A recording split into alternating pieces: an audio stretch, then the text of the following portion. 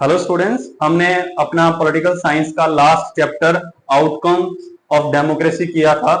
First part में हमने democracy के बारे में और एक फर्स्ट एक्सेप्टेशन जो डेमोक्रेसी की थी, जो कि रियलिटी और एक्सेप्टेशन, हमने उसको कंपेयर किया था, जिसमें हमने देखा था कि रिस्पॉन्सिव गवर्नमेंट किस तरीके से है, किस तरीके से लेजिटिमेट गवर्नमेंट है, डेमोक्रेटिक गवर्नमेंट। उसके बिहाफ पर हमने उसको कंपेयर किया था कि डेमोक्रेटिक प्रिंसिपल्स क्या कहते हैं और रियलिटी में जो कंट्रीज ने उसको एस्टेब्लिश किया है वो क्या है, यानी कि एक्सेप्टेशंस और रियलिटी हमने देखी थी।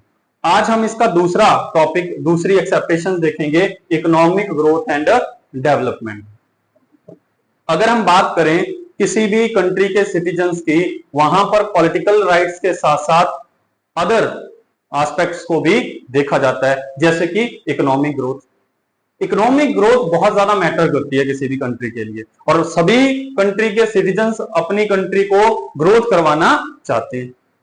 अगर हम देखें कि जो डेमोक्रेटिक गवर्नमेंट है उसमें इकोनॉमिक ग्रोथ किस तरीके से हो रहा है, या डेमोक्रेटिक गवर्नमेंट आने से किसी कंट्री के इकोनॉमिक ग्रोथ पर इफेक्ट पड़ता है, तो यहां पर हमें जो इसके फिगर्स मिल रहे हैं वो नेगेटिव मिल रहे हैं। क्यों? क्योंकि अगर हम इसे डिक्टेटरशिप के साथ कंपेयर करते हैं तो जो डिक्टेटरशिप के अंडर कंट्रीज हैं वहां पर जो इकोनॉमिक ग्रोथ है वो इससे ज्यादा है। अगर डेमोक्रेसी को में देखते हैं तो यहां पर जो इकोनॉमिक ग्रोथ है वो हमें कम देखने को मिलती है। अगर हम देखें ऑल डेमोक्रेटिक रिगम, यानी कि ऑल डेमोक्रेटिक जो कंट्रीज हैं उसमें जो हमें इकोनॉमिक ग्रोथ मिलती है वो 3.95, और अगर हम डिक्टेटरशिप के अंडर देखें कंट्रीज को तो 4.42%। तो यहां पर हमें एक बड़ा डिफरेंस देखने को मिलता है इकोनॉमिक ग्रोथ में। बट अगर हम पुअर कंट्रीज में देखें बच्चे, तो पुअर कंट्रीज में ये जो डिफरेंस है ये थोड़ा सा कम हो जाता है। अगर हम बात करें पुअर कंट्री अंडर डेमोक्रेसी की तो यहां पर 4.28%, और अगर हम डिक्टेटरशिप के अंडर पुअर कंट्री की बात करें तो यहां पर 4.34% देखने को मिलता है, यानी कि बहुत ज्यादा कम डिफरेंस है। इससे हमें यह भी पता लगता है कि एक गवर्नमेंट सिस्टम किसी भी कंट्री की इकोनॉमिक ग्रोथ को डिफाइन नहीं कर सकता। उसके साथ साथ हमें उस कंट्री के अदर फैक्टर्स को भी देखना पड़ता है कि उस कंट्री की क्या सिचुएशन है, उसके आसपास क्या चल रहा है। अगर हम अदर फैक्टर्स की बात करें तो उस कंट्री में हमें पॉपुलेशन के साइज को देखना पड़ता है कि कितनी पॉपुलेशन है, उसके बेस पर ही हम उसकी इकोनॉमिक ग्रोथ का अंदाजा लगा सकते हैं। अगर दूसरी बात करें ग्लोबल सिचुएशन, यानी कि अदर कंट्रीज के साथ उसके रिलेशनशिप कैसे हैं, किस तरीके से उनका ट्रेड हो रहा है, ये भी हमें वहां की इकोनॉमिक ग्रोथ के बारे में और डेवलपमेंट के बारे में बताता है।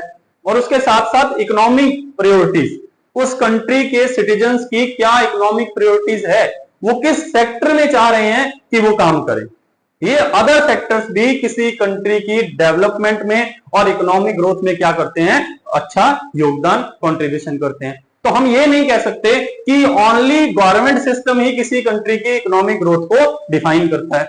यहां पर नेगेटिव पॉइंट्स हमें जरूर देखने को मिलते हैं कि डेमोक्रेसी में बहुत ज्यादा इकोनॉमिक ग्रोथ नहीं हुई है डेमोक्रेसी में, बट अदर फैक्टर्स को हम देखें तो वहां पर वो भी क्या करते हैं, अपना रोल प्ले करते हैं। और अगर हम कोर प्रिंसिपल्स देखें डेमोक्रेसी के और डिक्टेटरशिप के, तो हम इकोनॉमिक ग्रोथ में थोड़ा कॉम्प्रोमाइज करके क्या करते हैं, डेमोक्रेसी की तरफ अट्रैक्ट होते हैं। यानी कि नेगेटिव तो है बट हमारा जो अट्रैक्शन है वो फिर भी किसकी तरफ है, डेमोक्रेसी की तरफ। अगर हम इसमें और बात करें, जो हमारा अगला एक्सेप्टेशन है वो reduction of inequalities and poverty है। यहां पर हमें यह लगता है कि जो डेमोक्रेटिक गवर्नमेंट है उसके आने के बाद जो हमारे अंदर इनकम इनइक्वालिटीज है सिटीजन्स के बीच, और पुअर और रिच में जो खाई है ये बहुत ज्यादा नहीं है, बट ऐसा देखने को नहीं मिलता। डेमोक्रेटिक गवर्नमेंट भी इस पर अच्छे से काम नहीं कर पाई। अभी भी हमें ये देखने को मिलता है कि जो डेमोक्रेटिक कंट्रीज है वहां पर ये इनइक्वालिटीज क्या है, बहुत ज्यादा हाई है। अगर हम कुछ कंट्रीज की बात करें तो साउथ अफ्रीका की बात करते हैं, यहां पर जो टॉप 20% पॉपुलेशन है उनका कंट्रीब्यूशन नेशनल इनकम में 65% के आसपास है। और अगर मैं बॉटम 20% की बात करूं तो वहां पर ओनली 3% के आसपास उनका रेशो है। ये कितना बड़ा डिफरेंस है, यानी कि लास्ट की जो पॉपुलेशन है, जो पुअर पॉपुलेशन है, उसका कंट्रीब्यूशन नेशनल इनकम में 3% के आसपास है, और जो टॉप लेवल पर्संस हैं, सिटीजन्स हैं, उनका 65 के अराउंड है। कितना इनइक्वलिटीज है। डेमोक्रेटिक गवर्नमेंट इन इक्वलिटीज को कम नहीं कर सकती। इसके साथ हमें अदर कंट्रीज के बारे में भी यहां पर दिया गया है, बट ये कम होता होता देखने को मिलता है डेनमार्क और हंगरी में। यहां पर जो डिफरेंसेस है वो थोड़ा कम है, बट ये सफिशिएंट नहीं है। हमें इसे कंप्लीट इक्वलिटी पर लेकर आना है।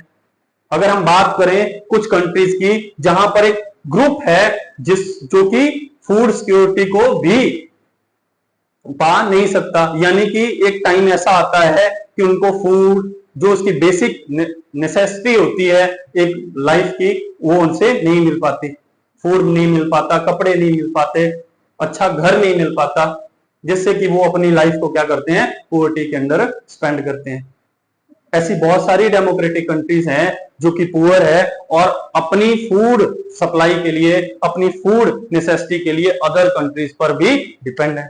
यहां पर भी हमें डेमोक्रेटिक के नेगेटिव पॉइंट्स शो होते हैं, जिसमें हम कह सकते हैं कि जो डेमोक्रेटिक का मेन फोकस है इक्विलिटी का, वो है बहुत ज्यादा दूर दिखाई दे रहा है। जो खाई हमने पुअर और रिच के बीच कम करनी है, वो और गहराई में चली जा रही है। यहाँ पर जो डिफरेंसेस है वो दिन प्रतिदिन और बढ़ते जा रहे हैं। जो गरीब है वो और ज्यादा गरीब हो रहा है, जो अमीर है वो बहुत ज्यादा अमीर हो रहा है।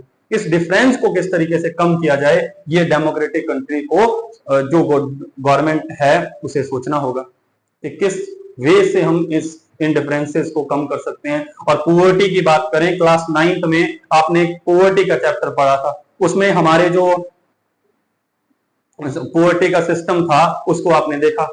कितने ही लोग पॉवर्टी के अंदर अपना लाइफ स्पेंड कर रहे हैं, किस तरीके से उनकी हालत है, और गवर्नमेंट के कौन कौन से स्टेप्स उठाए गए हैं, बट वो स्टेप्स अभी तक सफिशिएंट नहीं है। हमें और आगे जाकर इसके बारे में सोचना होगा, तभी जाकर डेमोक्रेटिक गवर्नमेंट क्या कर सकती है, इसमें अच्छा कर सकती है। ये वीकनेस है डेमोक्रेसी की, बट इसके बिहाफ पर हम डेमोक्रेसी को इग्नोर नहीं कर सकते। अगर हम इसके अदर कोर कंसेप्ट को देखते हैं, अदर बेसिस को देखते हैं, प्रिंसिपल्स को देखते हैं, तो वहां पर डेमोक्रेसी का जो अट्रैक्शन है वो एज इट इज बना रहता है। अगर हम अदर एक्सेप्टेशन की बात करें तो वो हमारी है accommodation of social diversity. Democratic government social conflicts को, सोशल ग्रुप्स के बीच जो कॉन्फ्लिक्ट है उसको कम करने के लिए सामने आई, और डेमोक्रेसी ने इसमें अच्छा खासा काम भी किया है। अगर हम बेल्जियम की स्टोरी देखते थे तो वहां बेल्जियम डेमोक्रेटिक कंट्री है, उसने किस तरीके से अपने सोशल ग्रुप्स के बीच क्या किया, अकोमोडेट किया, और जो भी डिफरेंसेस थे उनको कम किया, और जो डिफरेंसेस थे उनको एक कंट्री के अंदर ही रख लिया। बट ऐसा भी नहीं है कि प्रत्येक डेमोक्रेटिक गवर्नमेंट ने इस तरीके से डिफरेंसेस को सॉल्व किया है। अगर हम श्रीलंका की बात करें तो हमें श्रीलंका में क्या देखने को मिला, वहां पर डेमोक्रेटिक गवर्नमेंट थी, बट मेजोरिटी रूल ने किस तरीके के स्टेप्स उठाए जिसमें माइनॉरिटीज को इग्नोर किया। और उसी केस से, उसी सिचुएशन से हमें कुछ चीजों को सीखना होगा कि जिससे जो डेमोक्रेटिक गवर्नमेंट है वो अपना एक अच्छा स्कोर इसमें कर पाए। वो कौन कौन सी कंडीशंस हैं? फर्स्ट कंडीशन बच्चे, मेजोरिटी प्लस माइनॉरिटी गवर्नमेंट। अगर हमें डेमोक्रेटिक गवर्नमेंट को अच्छे से रन करवाना है और सोशल डिफरेंसेस को कम करना है तो वहां पर हमें मेजोरिटी और माइनॉरिटी दोनों को मिलाकर गवर्नमेंट को चलाना होगा।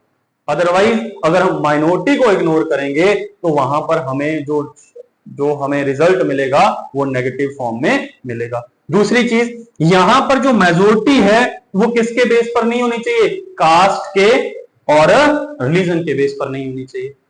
हमें देखना होगा कि इलेक्शंस के टाइम और कुछ टाइम पीरियड के बाद जो मेजोरिटी ग्रुप है वो बदलता रहे, यानी कि कोई एक ऐसा सवाल आए जिस पर जो माइनॉरिटी ग्रुप्स हैं वो भी वहां पर क्या हो जाएं, मेजोरिटी ग्रुप, यानी कि हर सिटीजन को क्या मिले, मेजोरिटी महसूस करने का मौका मिले।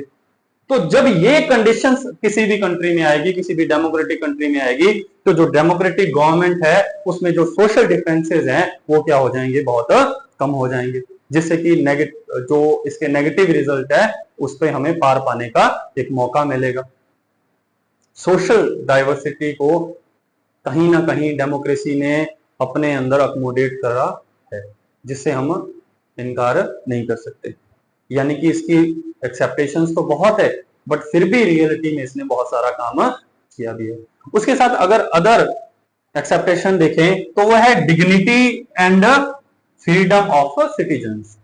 अगर मैं डेमोक्रेसी के कोर कंसेप्ट की बात करूं, डेमोक्रेसी के बेस की बात करूं, तो डेमोक्रेटिक गवर्नमेंट फ्रीडम, इक्वलिटी और डिग्निटी पर बेस है। यानी कि डेमोक्रेटिक गवर्नमेंट क्या प्रोवाइड करती है सिटीजन्स को, डिग्निटी प्रोवाइड करती है। हर कोई चाहता है कि सामने वाला मेरी क्या करे, रिस्पेक्ट करे, और मुझे फ्रीडम हो, मैं अपने अकॉर्डिंग बहुत कुछ कर सकता हूं अपनी डेवलपमेंट के लिए, अपनी फैमिली के डेवलपमेंट के लिए। तो वो हमें डेमोक्रेटिक गवर्नमेंट में ही देखने को मिलता है। बट ऐसा भी नहीं है कि जो डेमोक्रेटिक गवर्नमेंट है उसने फुली तरीके से सभी को इक्वलिटी प्रोवाइड करवाई है और फुल फ्रीडम प्रोवाइड करवाई है। और इसका पास्ट में रिलेशन भी है। कैसे कि अगर हम देखते हैं कि जो इनइक्वलिटीज हजारों सालों से, 100 ऑफ ईयर से चली आ रही है, उनको हम 1 या 2 साल में, 10 साल में कैसे कम कर सकते हैं। डेमोक्रेटिक ट्राई कर रही है कि इन जो इनइक्वलिटीज को क्या कर सकते हैं, हम कम कर सकते हैं। फॉर एग्जांपल अगर विमेन्स के रोल को देखें सोसाइटी में, तो पास्ट में, हिस्ट्री में विमेन्स का रोल बहुत ज्यादा कम था, बट धीरे धीरे विमेन्स का जो पार्टिसिपेशन है वो पॉलिटिक्स में बहुत ज्यादा हुआ, जिससे कि जो विमेन्स के इश्यूज हैं, जेंडर बेस्ड जो इनइक्वलिटीज है वो लोगों के सामने आई, जिस पर काम किया गया।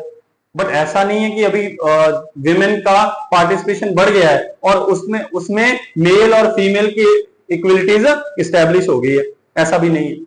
धीरे धीरे ये प्रोसेस क्या होता है, चलता है। बट जो इसका रिजल्ट है वो हमें पॉजिटिव देखने को मिलता है कि जो इनइक्वलिटीज है, जो लोगों के बीच डिफरेंसेस है, उसको हमने कम किया है और एक सिटीजन को फ्रीडम और डिग्निटी प्रोवाइड करवाई है।